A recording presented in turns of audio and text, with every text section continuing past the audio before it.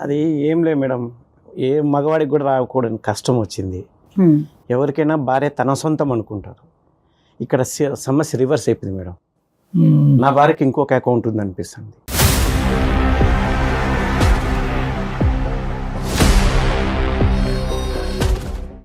అనిపించాను కదా, నాకు అన్ని రుజువులు ఉన్నాయి మేడం. నేను ఊరికి ఆషామాషిగా ఏం మాట్లాడట్లేదు. అసలు మీ పెళ్ళి ఎన్ని సంవత్సరాలు అవుతుంది? మా పెళ్ళి 4 సంవత్సరాలు అయిందండి.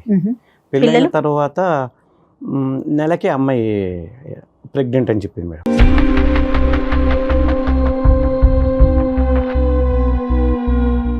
అదే పెళ్ళైన నెలకే ఎట్లా ప్రెగ్నెంట్ అవుతుందో నాకు ఇప్పటికీ అర్థం కావట్లేదు మేడం. నా కూతురు పోలికలు చూసి అసలు అమ్మాయి నా కూతురే కాదనిపిస్తుంది. పోలికలు నా పోలికలు లేవు మేడం. ఆ అమ్మాయి పోలికలు లేవు, నా భార్య పోలికలు లేవు. అసలు తను ఏం చేస్తుందండి మీ వైఫ్? తను ఇంట్లోనే ఉంటుందండి. అరేంజ్డ్ మ్యారేజేనా? అరేంజ్డ్ మ్యారేజే. అన్నీ అబద్ధాలే మేడం. మాకు ఇంత వస్తుంది, మీకు ఇంత ఇస్తాం, అదేం చెప్పారు, 3 కోట్లు అన్నారు, అది అన్నారు, ఇది అన్నారు. తీవ్రంగా చూసి వేసుకుని 3 కోట్లు ఇచ్చారు తప్పితే డబ్బుల పరంగా ఒక పైసా కూడా ఏం లేదు మేడం. ఎప్పుడు ఏదో ఒక సమస్య మళ్ళీ రివర్స్ నా దగ్గర తీసుకుంటారు వాళ్ళు. సో తెలిసిన వాళ్ళ ద్వారానే మంచి సంబంధమే కదా అనుకుని నేను కూడా ఏం పట్టించుకోలేదు. ఎందుకంటే పెద్దలు మాట్లాడుకున్నారు, మీరు మాట్లాడుకోండి. వారం 10 రోజుల క్రితం ఏమైందంటే ఒకతను మా ఇంటి చుట్టూ అటు ఇటు తిరుగుతూ ఉంటాడు. అనుమానంగా అనిపించేది. ఒకసారి 2 సార్లు అంటే పర్లేదు, దాదాపుగా నెల రోజులు గమనించాను. మా ఇంటి వైపు చూసుకుంటూ పోతుంటాడు, చూసుకుంటూ వస్తుంటాడు. సరే ఏమో లే అనుకున్నాను. అంటే ఒకరోజు ఏమైందంటే నేను మా ఫ్రెండ్ పార్టీకి వెళ్ళాము. మా ఫ్రెండ్ తర్వాత వెళ్ళిపోయాడు. నేను కూర్చొని మందు తాగుతుంటే అటువైపున ఒక అతను ఏడుస్తున్నాడు. ఇదేంట్రా ఎంజాయ్ చేయకుండా ఏడుస్తున్నాడు అని చెప్పి డౌట్ వచ్చి వెళ్ళాను, ఏమైంది కనుక్కుందామని. తీరా చూస్తే మా ఇంటి చుట్టుపక్కల అనుమానంగా తిరుగుతున్నట్టుండి ఆ వ్యక్తి ఈ వ్యక్తి. మీరు బాగా క్లియర్గా చూసారండి? నెల రోజులు గమనించాను మేడం. ఇక్కడ కూడా గుచ్చు చూశాను. ఈడే కదా కన్ఫర్మ్ చేసుకున్నాను. సరే ఏమైంది, తాగి ఎంజాయ్ చేయకుండా ఎందుకు ఏడుస్తున్నావు, అంత ఎందుకు ఎక్కువ తాగావంటే నా సమస్య మీకేం తెలుస్తుంది సార్, ఎందుకంటే అత తాగిన మైకంలో నన్ను కూడా గుర్తుపట్టలేదు. కానీ నేను తెలిసే ఉంటాను కదా, ఎందుకంటే పెళ్లి చేసుకున్నాను, ఇవన్నీ విషయాలు తెలుసు కాబట్టి ఆ అమ్మాయిని నేను పెళ్లి చేసుకున్నాను. తెలియటం ఏంటి? అదే ఇప్పుడు ట్విస్ట్, వాళ్ళిద్దరు లవర్స్ అంట. ఎలా చెప్తున్నారు సత్యనారాయణ గారు మీరు? అది ఆ అమ్మాయి చెప్పింది సార్. ఎప్పుడు చెప్పింది ఆ అమ్మాయి మీకు? నాకు మెల్లిమెల్లి ఒకటొక్కటి బయటపడుతూ వచ్చాయి కదా. అది పెళ్ళైన ఎన్ని సంవత్సరాల తర్వాత అని చెప్పింది? సంవత్సరం తర్వాత. సంవత్సరం వరకు జర్నీ బాగానే ఉంది, అంత ఇబ్బంది ఏం రాలేదు. ఎప్పుడైతే నేను డబ్బుల కోసం పీడించడం అని కాదు, మామూలుగా అడిగాను అంతే. ఇస్తామన్నారు కదా 3 కోట్లు, ఏమిది 3 కోట్లు కనీసం ఇస్తే నాకు ఏదైనా ఉపయోగపడుతుంది కదా అది అంటే ఇదిగో కానీ సాగదీస్తుంది. నాకు డబ్బు ఇవ్వకపోగా వాళ్ళ అమ్మకి బాగలేదు, వాళ్ళ నాన్నకు బాగలేదు అని చెప్పి ఇప్పుడు నా దగ్గర డబ్బులు తీసుకునేవాళ్ళు. సరే డబ్బు ముఖ్యం కాదు కదా అనుకోని నేను పట్టించుకోలేదు. మెల్లిమెల్లిగా నాకు ఎందుకు డౌట్ వస్తూ వచ్చింది. ఈ పాప కూడా పోలికలు కనబడలేదు నాకు. దాంతో ఏముందిలేండి, పోలికలు అంటే ప్రింటెడ్ గా ఉండవు, ఏమైనా జిరాక్స్ కాపీలా అండి. సరే అది కూడా ఒప్పుకుంటే మేడం, మేబీ రాకపోవచ్చు కూడా, ఎందుకంటే తరాల మధ్య తేడా ఉండొచ్చు కదా. సరే అది కాకపోయినా అమ్మాయి నాకన్నా 1 సంవత్సరం పెద్ద మేడం. మీకు చెప్పలేదు? అది అబద్ధమే. సర్టిఫికేట్ ఏమి తక్కువ వేయించేసి 1 సంవత్సరం తక్కువ వేయించుకున్నారు సర్టిఫికేట్లో. డబ్బుల దగ్గర అబద్ధము.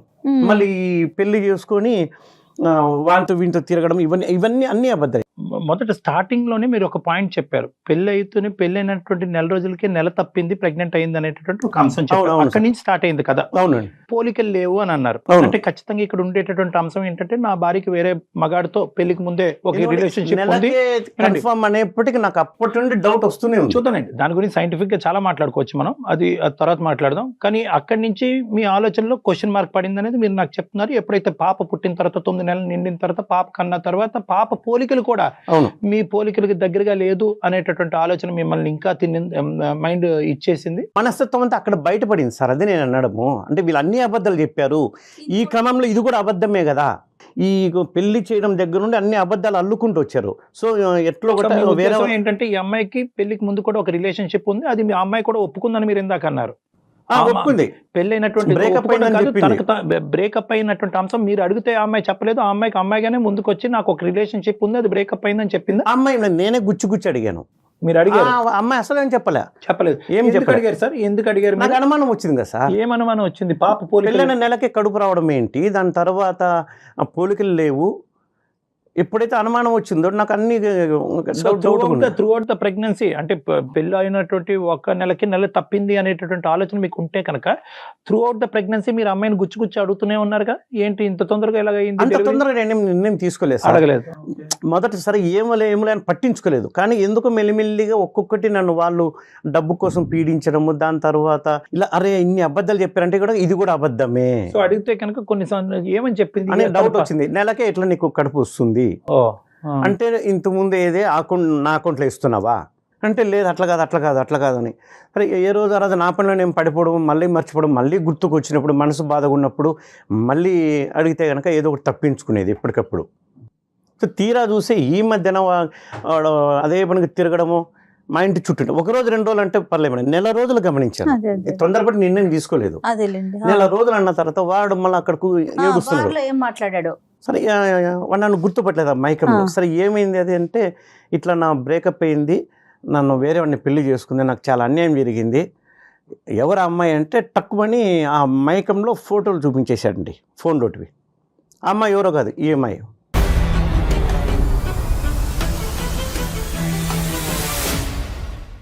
మీ భార్య ఫోటోలు అతని ఫోన్లో వాడి ఫోన్లో ఉన్నాయి. అంటే ఎలా ఉన్నాయండి? వాడు ఆ అమ్మాయి ఉన్న ఫోటోలు ఉన్నాయి, కేవలం ఆ అమ్మాయి ఒకటే ఉన్నాయి? వాళ్ళు ఇంటిమేట్ ఉన్న ఫోన్ లాంటివి ఏం లేవు, జస్ట్ ఈ అమ్మాయి ఫోటో 2-3 ఫోటోలు ఉన్నాయి. ఏమో నాటకం ఆడుతున్నాడేమో, మనకేం తెలుసు. వాడు తాగటం, ఏడవటం, మీకు ఆ ఫోటో చూపెట్టడం ఇంత స్పాంటేనియస్ గా ఎలా జరిగిపోతున్నాయండి? అంటే మీరు ఎవరో వచ్చి పక్కన కూర్చుని ఓదార్చేటప్పటికి అంటే ఉన్నాడు సరే, మా ఇంటి చుట్టూ తిరిగాడు కదా.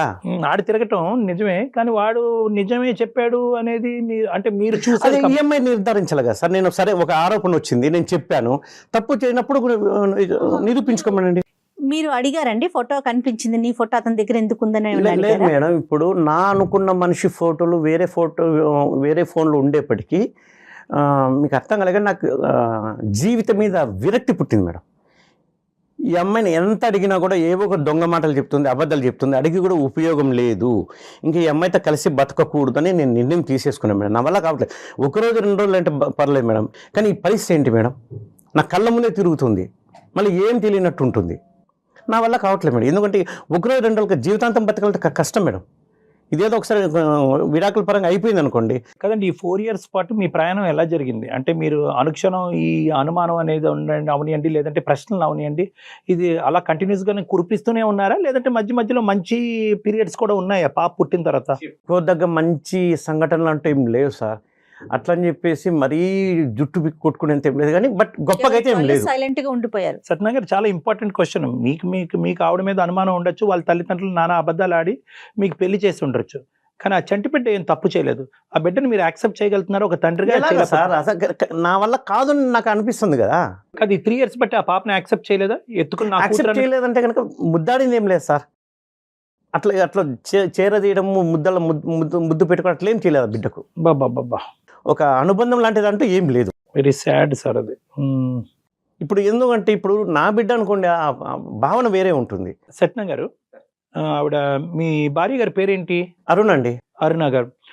అరుణ గారితో ఎప్పుడన్నా ఫేస్ టు ఫేస్ కూర్చుని, అరుణ నాకు ఇంకా ఇది నడిచే విధంగా లేదు, నా అనుమానాలకి నువ్వు సఫర్ అవుతున్నావు, నీతి నిజాయితీ లేకుండా ఈ సంసారాన్ని నేను కంటిన్యూ చేయలేని, విడాకులు తీసుకుందా అని అడిగారా?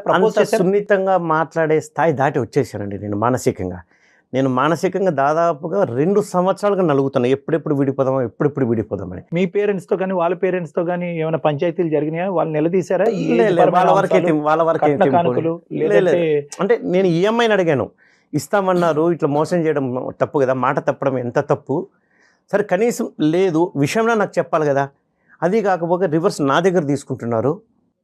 డబ్బు పరంగా నేనేం పెద్దగా ఇబ్బంది పడలేదు కాబట్టి వాళ్ళు మీకు ఇవ్వకపోయినా కూడా మానవతా దృక్పథంతో కష్టాల్లో ఉన్నారు, పట్టించుకోలేదు. కానీ ఎప్పుడైతే వీడు నెల రోజులుగా తిరుగుతూ, మెయిన్ అంశం ఇదైతే బాగా సూదులతో గుచ్చినట్టుగా ఉంటుంది. ఈ అంశం లేకపోతే కనుక ఇప్పుడు ఈ ప్రెగ్నెన్సీ కానీ, లేదంటే వీడు పరిచయం అవ్వకపోయి ఈ ఇష్యూ లేకపోతే కనుక, ఈ ఇష్యూ లేకపోతే ఆ 2 issues కి అయితే కనుక మీరు డైవర్స్ అని అనుండేవారు కాదు కదా. ఏది డబ్బులు 3 కోట్ల విషయం కానీ, లేదంటే వయసు తప్పుగా చెప్పడం అనే అంశం గురించి విడాకులు ఇచ్చుండేవారు. అది అంత ముఖ్యమేం కాదు సార్. కాకపోతే ఎప్పుడైతే ఇది వచ్చిందో ఆ 2 సమస్య కూడా నాకు ఎక్కువ అనిపిస్తుంది. రైట్. అది ఎందుకు అనిపిస్తుంది అంటే కనుక ఓకే, ఆ విషయాల్లో అబద్ధాలు ఆడిన వాళ్ళు ఖచ్చితంగా ఈ అమ్మాయి యొక్క రిలేషన్షిప్ ప్రయర్ టు మ్యారేజ్ వీళ్ళకి కూడా తెలుసు, అది కూడా నా దగ్గర దాచిపెట్టారనే ఆలోచన బలపడింది మీ మైండ్ లో. ఇంకా నాకు దాచిపెట్టి ఇంకెన్ని జరుగుంటాయో అదే అనేది నాకు ఇంకా, ఎందుకంటే నేను అన్ని ఒక చుక్క కూర్చొని డిటెక్టివ్ లాగా కలుసుకుంటే చూసుకోలేను, డిటెక్టివ్ లాగా వెతుక్కుంటే ఇవన్నీ పోయింతో నాకు నా జీవితం ఉంది. సరే, ఈ రోజు మా దగ్గర రావడానికి కారణం ఏంటి? ఆవిడతో మనం ఫోన్ లో మాట్లాడొచ్చా? ఇక్కడికి వచ్చారు ఆవిడ, డైరెక్ట్ గా మాట్లాడాలా ఫోన్ లోనా? అంతే లేదు సార్, తను ఇంట్లో ఉంది కాబట్టి నేను ఫోన్ చేస్తాను, మాట్లాడండి. మంచిది. బట్ అసలు ఏదో ఒకటి మీరేం కౌన్సిలింగ్ expect చేస్తున్నారు? అసలు మీరు ఏం వద్దు మేడం, ఇంకా కలిసి ఉండడం అనేది కుదరదు. ఈ వేదిక మీద ఇక్కడి వరకు వచ్చినటువంటి వాళ్ళు మీరు 2 ద్వారాలు తెరిస్తే కనుక మాకు సులువుగా ఉంటుంది. ఎందుకంటే ఒకప్పుడు ఇక్కడ ఏంటంటే మీ ఇద్దరు సంబంధించినటువంటి అంశం కాదు, ఆ బిడ్డ సంబంధించినటువంటి అంశం కూడా ఇక్కడ.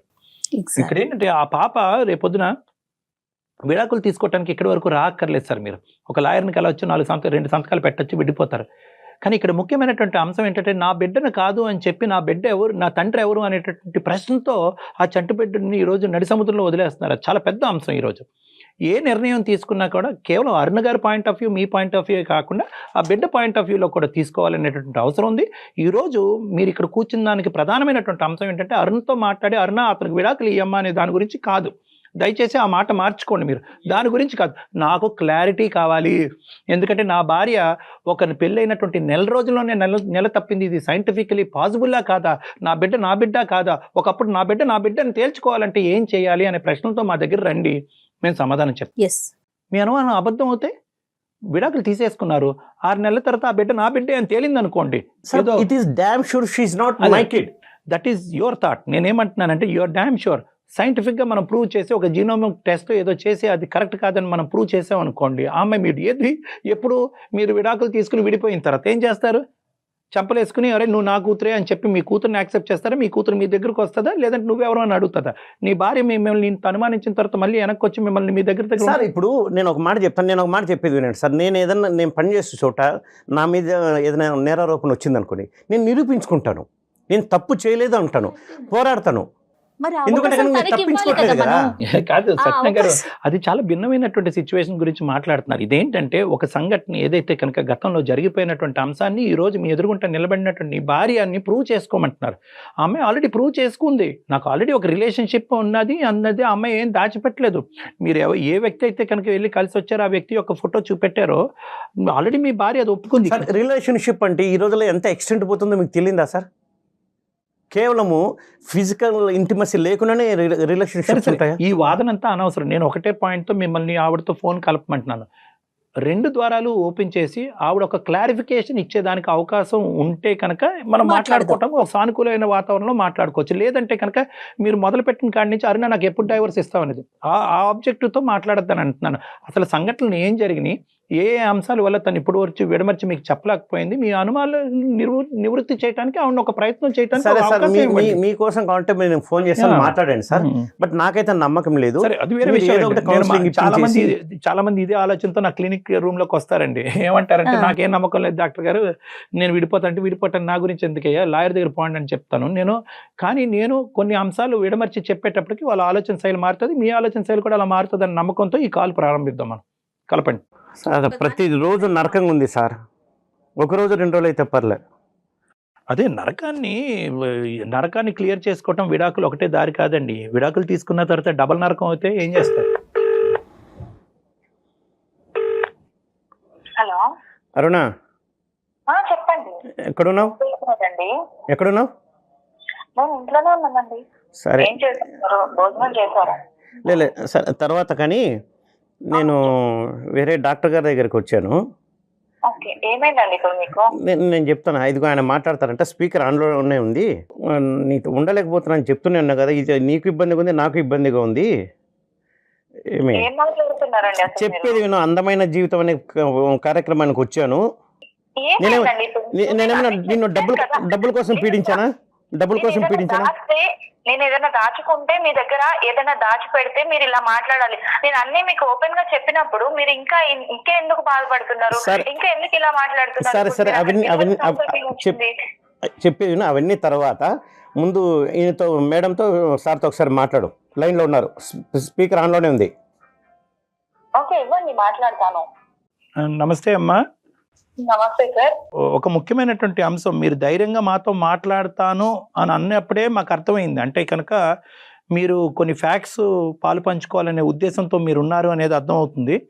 అయితే మేము అడిగేది ఏంటంటే సార్ ఆల్రెడీ సత్యనారాయణ గారు ఆల్రెడీ ఇక్కడ కూర్చుని ఎందుకు ఈ పెళ్లి, ఇది పనికిరాని పెళ్లి, దీనివల్ల ఏం ఉపయోగం, దినదిన గండం నూరేళ్ళ ఆయుష్ అన్నట్టు టార్చర్ అనిపిస్తున్నావు, నా కూతుర్ని యాక్సెప్ట్ చేసుకోలేకపోతున్నాను, నా భార్యని యాక్సెప్ట్ చేయలేకపోతున్నాను, విడాకులకి ఏ విధంగా ముందుకెళ్తే బాగుంటుంది అనే ఆలోచనతో నేను ఇక్కడ వచ్చి కూర్చున్నానని అని అంటున్నారు. ఫస్ట్ నేను చెప్పేది వినండి సార్. చెప్పండి, అదే చెప్పండి. ఇక్కడ అన్ని నిజాలే చెప్పాను సార్. ఇప్పుడు ఒక విషయం సార్, పెళ్లి అనేది ఎందుకు అబద్ధం అని అంటున్నారు అని అంటే, ఆయన కంటే నేను 9 months పెద్ద.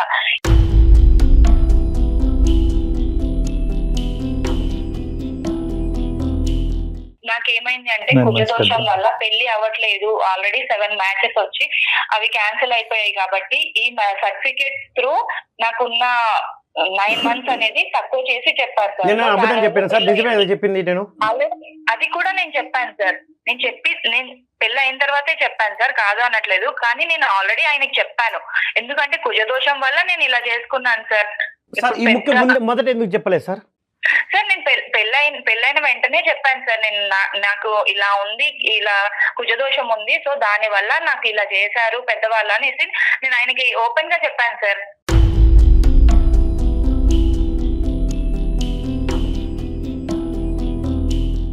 ఓకేనమ్మా, దాని వరకు అర్థమైంది మాకు. ఓకే, కుజదోషం ఉందా లేదా అనేది ఎవరి నమ్మకం వాళ్ళది. కానీ ఇక్కడ ఏంటంటే దీంతో పాటు చాలా అంశాలు సత్యనారాయణ గారి మైండ్లో ఉన్నాయి కాబట్టి ఈరోజు ప్రతిదీ అబద్ధమే, ఈ పెళ్ళే అబద్ధము, ఈ ప్రేమే అబద్ధం అనే నిర్ణయానికి వచ్చారు. వాస్తవానికి అది చాలా చిన్న ఇష్యూ. ఇంకేంటమ్మా ఈ 3 కోట్ల అంశం ఒకసారి చెప్పండి. 3 కోట్లు ఇస్తాను అనే వాగ్దానం ఏదో చేశారంట.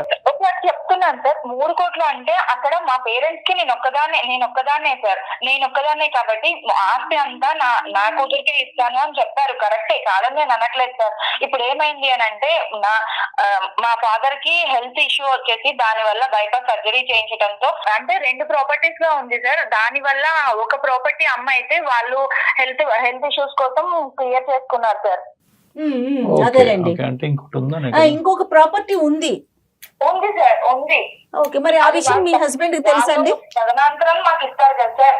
కానీ ముఖ్యమైనటువంటి అంశం ఏంటంటేనమ్మా, ఈ నెల రోజులు నిండక ముందే నెల తప్పటం, పెళ్లి అయినటువంటి నెల రోజులు నిండక ముందే నెల తప్పటం, అది కూడా నేను చెప్తాను సార్. దానికి కూడా ఏంటి అని అంటే ఆల్రెడీ నాకైతే ఆ పాప పుట్టడం అనేది ఈయన వల్లే పుట్టింది సార్. ఎందుకు అని అంటే మేము ఆల్రెడీ పెళ్లికి ముందు కలిసాం సార్.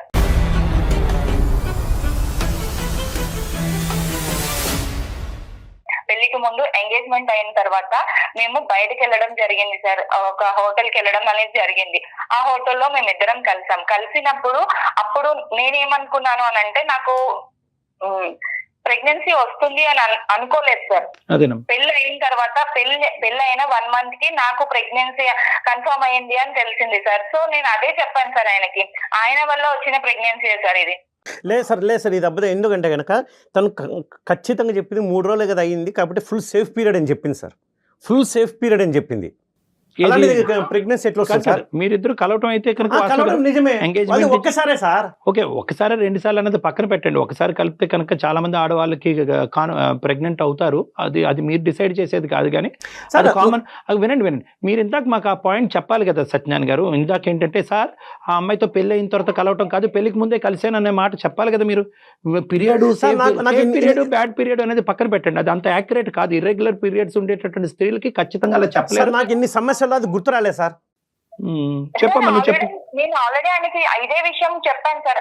అక్కడ ఏ డేట్స్ లో అనేది నాకు అంత ఖచ్చితంగా డేట్స్ అయితే చెప్పలేకపోయాను సార్. కాకపోతే 1 month తర్వాత నాకు కన్సీవ్ అయిందని నేను తెలుసుకున్న తర్వాత కూడా నేను ఫస్ట్ చెప్పింది ఆయనకే సార్. అరుణ, ఒక ఆడపిల్లగా ఇది చాలా రిస్కీ అమ్మ. 2 కారణాలు. ఒకటి ఏంటంటే కనుక వాస్తవానికి నీ పర్టికులర్ ఏదైతే సేఫ్ పీరియడ్ అని మనం అంటాం, ఏ పీరియడ్లో అయితే కనుక సెక్షువల్గా భార్యాభర్తలు కలిసినా కూడా ప్రెగ్నెన్సీ రాకుండా ఉంటుంది, అది చాలా వేరియబుల్గా ఉంటుందమ్మా. ఎస్పెషల్లీ ఇర్రెగ్యులర్ పీరియడ్స్ ఉన్నా కూడా కొద్ది డేట్స్ అటు ఇటు అయినా కూడా చాలా ప్రాబ్లం అవుతుంది. చాలామంది ఆడపిల్లలు ఆ సేఫ్ పీరియడ్లో కలిసినా కూడా ప్రెగ్నెంట్ అవడానికి చాలా ఛాన్సెస్ ఉంటాయి. ఇది నెంబర్ 1. నెంబర్ 2, నాకు ఇంకో భయం ఏంటంటే కనుక ఒకప్పుడు ఈ పెళ్లి ముందుకు వెళ్ళకపోయి ఉంటే కనుక ఏం చేసి ఉండేదానివి నువ్వు? ఈరోజు ఒక తల్లిగా ఉండేదానివి కదా, పెళ్లి కానటువంటి ఒక తల్లిగా ఉండిపోయేదానివి కదా. అది కూడా నిజమే సార్, కానీ ఆయనతోనే ఎంగేజ్మెంట్ అయింది, ఆయన్నే పెళ్లి చేసుకుంటాను కదా సరేలేండి. అని కూడా నేను ఏం మాట్లాడలేదు సార్. దానికోసమే ఇదంతా ఎంత సార్ నో తెరిస్తే అన్ని అబద్ధాలు సార్, నో తెరిస్తే అమ్మా, అబద్ధాలే. అమ్మా, ఒకటి అరుణ, నువ్వు చాలా సింపుల్ గా చెప్తున్నావు, ఎంగేజ్మెంట్ అయింది కాబట్టి అతనితోనే పెళ్లి అవుద్దని నీకు నువ్వుగా ముద్ర వేసుకుంటున్నావు. కానీ ఈ కుజదోషం అనే సబ్జెక్ట్ పెళ్లికి ముందు తెలిస్తే అతను విత్డ్రా అయ్యి ఉండేవాడేమమ్మా. నీతో శారీరకంగా కలిసిన తర్వాత అతను విత్డ్రా అయ్యి ఉండేవాడమ్మా. అప్పుడు నీ పరిస్థితి ఇది కరెక్ట్ కాదేమో అని అంటే, లేదు మనం పెళ్లి చేసుకుంటాం కదా అని ఆయన ఇదంతా చేశారు సార్. ఆ టైంలో ఇంకా అన్ని స్పీడ్ గానే ఉంటాయిలే అమ్మా అవన్నీ. ఇప్పుడు ఆ కార్యక్రమం గురించి ఇతను మాకు చెప్పలేదు కూడా, ఇప్పుడు చెప్తున్నాడు అది. అదే సార్, ఇప్పుడు ఆయన చేసిన తప్పుల గురించి ఆయన మాట్లాడకుండా నాది తప్పు సార్ ఇందులో తప్పేమి సార్, ఇద్దరు కలిసి చేసాం కదా, నా ఒకరి తప్పైన ఎట్లా ఉంటుంది సార్? కాదు, ఆవిడ బతిమా నేను వద్దన్నాను, అతను పర్వాలేదు పెళ్లి అయిపోతుంది అని చెప్పి అతను అన్నిటి కనుక ఆవిడ కమిట్ అయిందని చెప్తుంది. తప్పు ఇన్ని అబద్ధాలు చెప్పేది ఇది కూడా చెప్తుంది సార్, ఏమైనా చెప్తుంది అబద్ధం. ఏ అబద్ధాలు అనేది ఏ నిజాలు అనేది మాట్లాడుకుని సత్యనారాయణ గారు కొద్దిగా ఓపిక కూడా. అమ్మ ఇంకో అంశం నాకు చెప్పమ్మా, ఈ వీడు ఎవడో మీ ఇంటి చుట్టూరు అక్కడ ప్రదక్షిణాలు చేశాడంట, 4 రోజులు ప్రదక్షిణం చేశాడంట. అతనుగా పబ్కి వెళ్ళాడు, అతను తాగాడు, ఏడుస్తున్నాడు. ఏమయ్యా ఎందుకు ఏడుస్తున్నాడు అంటే కనుక నాకు ఒక ఎక్స్ గర్ల్ ఫ్రెండ్ ఉందని చెప్పని టప్పని ఫోన్ జోబులో తీసి నీ ఫోటో చూపెట్టాడంట. ఈ కథ ఏంటమ్మా? జస్ట్ ఫ్రెండ్స్ గా ఉన్నాం అంతే సార్. తను మాట్లాడేవాడు, నేను మాట్లాడేదాన్ని అంతే సార్. ఒక రోజు ప్రపోజ్ చేసినప్పుడు నాకు అదే టైంలో మ్యాచెస్ చూస్తున్నారు, ఇవన్నీ కరెక్ట్ కాదు అని తనకి చెప్పేశాను, బ్రేకప్ చెప్పేశాను, అయిపోయింది సార్. ఈ విషయం ఎప్పుడు చెప్పామ్మా సత్యనారాయణ గారికి? ఎప్పుడు చెప్పా ఈ విషయం? పెళ్లి అయిన తర్వాత చెప్పాను. ఇదే సార్ ప్రతి ఒక్కటి పెళ్ళి అయినంత వరకు అన్ని దాచిపెట్టింది. ప్రతి పెళ్ళి అయిన తర్వాత వీడు ఎక్కడికి పోడలే, తప్పించుకోలే, ఇరుక్కున్నాడు గొర్రె అని చెప్పి అప్పుడు ఒకటొక్కటి నాకు అనుమానం వస్తున్నప్పుడు అడుగుతూ ఉంటే ఒకటొక్కటి గొర్రెలాగా అన్ని చెప్తున్నాను. నేను అన్ని ఆయన దగ్గర ఏమి దాచకూడదు అనే చెప్పాను, కానీ ఆయన ఇంత అనుమానిస్తాడు, ఇంత లోపల పెట్టుకొని నన్ను ఇలా చేస్తాడు అంటే. పెళ్లి అయిన దగ్గర నుంచి సార్ ఇంకొకటి చెప్తాను, పెళ్లి అయిన దగ్గర నుంచి కూడా ఆయన నాతో ఏ రోజు కూడా టచ్ మీ నాట్ అన్నట్టే ఉన్నాడు సార్. ఒక మాట్లాడేటప్పుడు అసలు వినడు, నాది ఏ బాధ పట్టించుకోడు, ఏమి చేయడు సార్. నేను వండుతున్నాను, పెడుతున్నాను, తింటున్నాం అంతే సార్. ఇవన్నీ చేస్తున్నాడు కానీ ఏ రోజు కూడా నాతో మాట్లాడింది చేసింది కూడా లేదు సార్. ఉన్నది కూడా లేదు సార్. ఇంట్లో ఏదో పని చేయడానికి ఉన్నట్టే ఉన్నాను సార్ నేనైతే.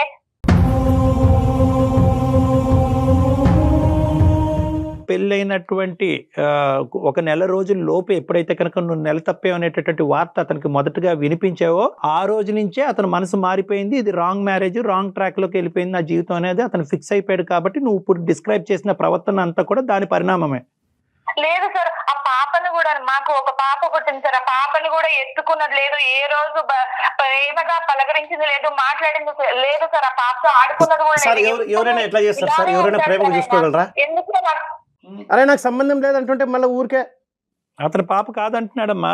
అతను బల్లగుద్ది వాదిస్తున్నాడు.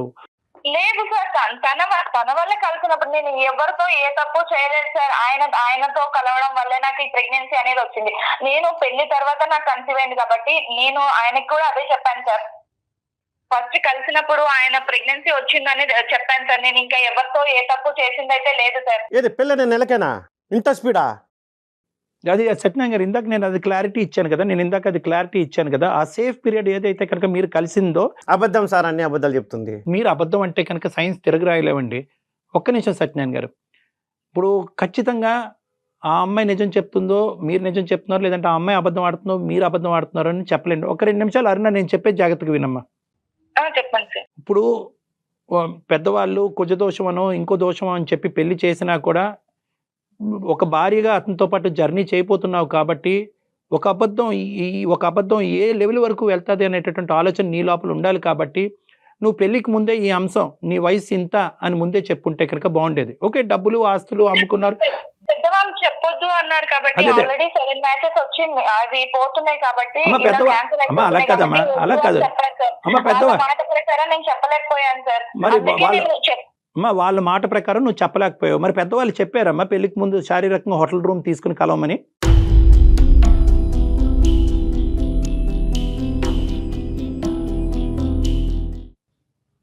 అది మాత్రం ఆయన, ఇది మాత్రం పెద్దలు. సరే, డిస్కషన్ కరెక్ట్ కాదులేండి. అమ్మ, అనుమానం పెనుపోతాం అని ఎందుకు అంటారంటే కనుక ఒక్కసారి ఆ బీజం పడిన తర్వాత మన కళ్ళు ఆటోమేటిక్గా మిగతా అంశాల గురించి వెతకలాట మొదలు పడుతుంది. అలా వెతికేటటువంటి క్రమంలో గుచ్చి ఒకడు ఎవడైతే ఉన్నాడో వాడు ఇంటి చుట్టూ తిరిగాడు, వాడు దొరకపోతే ఈరోజు ఈ సమస్య ఉండదు. వాడు దొరకటం, వాడు ప్రత్యేకంగా నీ ఫోటోయే వాడు ఫోన్లో చూపెట్టడం, ఏదో తూతూ మాత్రంగా ఎక్కడి నుంచో పోతుంటే నీకు ఫోటో తీసుంటాడు, ఆ ఫోటో ఇతనికి చూపెట్టాడు, ఇదేంటి వాడు ఫోన్లో నా భార్య ఫోటో అని చెప్పి ఆల్రెడీ ఇతనికి అనుమానం అనేది ఉంది కాబట్టి అది ఇంకా డీప్గా ఒక వేరులతో నాటుకుపోయింది ఆ అంశం. అంటే అన్నీ కలగలుపుగా అతని మైండ్ పొల్యూట్ చేసింది. సమాధానాలు నువ్వు చెప్తున్నావు కరెక్టే, ఏమంటే అది కాదండి ఇది కాదండి అని చెప్తున్నాడు, కానీ అతను నీ నోటి ద్వారా సమాధానాలు వినాలి అని అనుకోవట్లేదు. ఎందుకంటే తప్పు చేసిన దాన్ని నువ్వు కాబట్టి, నువ్వు అని అతను అనుకుంటున్నాడు కాబట్టి నీ నోటి ద్వారా సమాధానాలు అతను చల్లబరచట్లేదు. ఫైనల్గా మా దగ్గరకు వచ్చి ఏంటంటే ఇవేమీ కాదండి, నేను ఏమీ వినాలని అనుకోవట్లేదు, నా భార్య దగ్గర నుంచి నాకు విడాకులు ఇప్పించండి అనే అంశంతో ఇతను వచ్చి ఇక్కడ సాయం చేయండి సార్. ఇదంతా కాదు సార్, ఇప్పుడు నేను ఎవరితోనో తప్పు చేయలేదని నేనైతే ప్రూవ్ చేసుకోలేను కదా సార్. ఇప్పుడు తప్పు చేయలేదు అని నేను చెప్తున్నాను కదా సార్. నేను చెప్పినప్పుడు ఆయనతో నేను పెళ్లి చేసుకుంటాను అని ఫిక్స్ అయిన తర్వాత కదా సార్ నేను ఇదంతా చేసింది. నేను ఇప్పుడు ఆయన కాదు అని అంటే నేను ప్రూవ్ చేసుకోవడానికి ఎలా ప్రూవ్ చేసుకోలేను కదా సార్. అమ్మ నీ మాటలో నువ్వు మాట్లాడే తీరు, నీ యొక్క పద్ధతి వ్యవహారం అనేది ఎంతో కొంత విశ్లేషించే కెపాసిటీ నాకుంది. నేనైతే మాత్రం ఖచ్చితంగా నువ్వు నిజాయితీ పర్రాలే అన్నట్టుగా నేను మాట్లాడగలనమ్మా. కానీ ఇక్కడ నమ్మకం రావాల్సింది నాకు కాదు, నీ భర్తకి. సో ఇక్కడ ముఖ్యమైనటువంటి అంశం ఏంటంటే మీ ఇద్దరు, ఇప్పుడు ప్రధానమైనటువంటి అంశం ఏంటంటే పెళ్లికి ముందే నువ్వు వేరే వ్యక్తితో కలిసేవా, ఇతనితోనే కలిసేవా, ఈ బిడ్డ అతని బిడ్డ, నీ బిడ్డ, వేరే వాళ్ళ బిడ్డ అనేది తేలితే కనుక సరిపోతుంది. కాబట్టి నా ఉద్దేశం ఏంటంటే మీరిద్దరు ఏకీభవిస్తే కనుక మీ ఇద్దరు నా దగ్గరికి వస్తే కనుక నేను సర్టిఫై చేస్తాను ఫర్ జీన్ టెస్టింగ్. మీ ఇద్దరికి ఓకే అంటే కనుక, అంటే దానికి ఒక డాక్టర్ యొక్క సర్టిఫికేట్ కూడా కావాలి. మీకు మీరుగా వెళ్ళి ఒక నిమిషం సత్యం గారు, ఇది ఒక సజెషన్, కొద్ది పూర్తిగా వినండి. ఎందుకంటే ఇందాక నేను చెప్పాను ఇది కేవలం ఒక భార్యాభర్తల అంశం కాదు, ఏ పాపం పుణ్యం ఎరగనటువంటి ఒక బిడ్డ జీవితం కూడా. నేను ఇందాక ఒక హైపోథెటికల్ స్టేట్మెంట్ చెప్పాను. ఈమె ఎంత కాలాంతరంలో మీకు తెలియదు కాబట్టి మీరు ఇలా పుస్తకం ముందుకు వస్తున్నారు, కానీ మిమ్మల్ని కూడా మాయ చేస్తాం సార్. ఏదో ఒకటి చేస్తే దొంగ రిపోర్ట్ ఇప్పిస్తుంది. దొంగ రిపోర్ట్ మేడం, అంత టాలెంట్ ఉంది. నన్ను ఇన్ని రోజుల నుంచి నేను భరిస్తూ వచ్చాను సార్ అన్నిటికీ. మాట్లాడుతున్నట్టు చూడండి సార్, ఇప్పుడు నలుగురిలోనూ తీసుకొచ్చి నన్ను ఇలా చేస్తున్నట్టు చూడండి సార్. ఎడ్యుకేటెడ్ పర్సన్ సత్యనారాయణ గారు, మీరు అంత అమాయకుల్లాగా మాట్లాడకండి దయచేసి. మీ అనుమానం మీకు అనుమానం ఉండొచ్చు, కానీ సైన్స్ ని, రిపోర్ట్లని, డాక్టర్లని అందరినీ మూకుమ్మడిగా అనుమానం పెట్టి అందరినీ అవమానించేటటువంటి విధంగా మీరు మాట్లాడకండి. కాదు కళ్యాణ్ గారు, ఇప్పుడు తను మాట్లాడే వర్షన్ వింటూ ఉన్నాం, ఆయన చెప్పేది విన్నాం. ఇప్పుడు ఏంటండి సొల్యూషన్, ఏం చెప్తారు మీరు? ఇప్పుడు మిగతా అవన్నీ కూడా జత కలిసినటువంటి అంశాలే కానీ ప్రధానమైనటువంటి అంశాలు కాదు. ప్రధానంగా కావాల్సింది ఏంటంటే కనుక అతని మైండ్లో ఉన్నటువంటి అనుమానం మనం నివృత్తి చేయాలి అంటే అరుణ నిజాయితీ పర్రాలా కాదా, పెళ్లికి ముందు వేరే వాళ్ళతో తిరిగిందా, కలిసిందా అనేటటువంటి అంశాన్ని ఒకటి క్లియర్ చేసుకుంటే అదృష్టం ఏంటంటే కనుక ఈ రోజు ఆ బిడ్డ లేకపోతే కనుక ఆ బిడ్డ ఉంది కాబట్టి టెస్ట్ చేద్దాం అనేటటువంటి అవకాశం ఉంది. ఆ బిడ్డే లేదనుకోండి ఇంతే, మీది విడాకులే. సార్ ఇప్పుడు కరెక్ట్ పాయింట్కి వచ్చారు సార్. ఇప్పుడు వాళ్ళు జాగ్రత్తలు తీసుకుని ఉంటారేమో.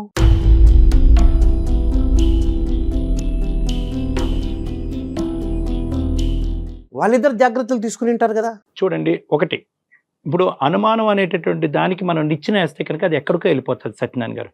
మీరు ఒక ప్రైమరీ ఒక నిమిషం అరుణ నన్ను ఇలా మాట్లాడుతున్నప్పుడు ఆయన కాదు సార్, ఫస్ట్ నేను ఇచ్చేస్తాను సార్, నాకు వద్దు సార్.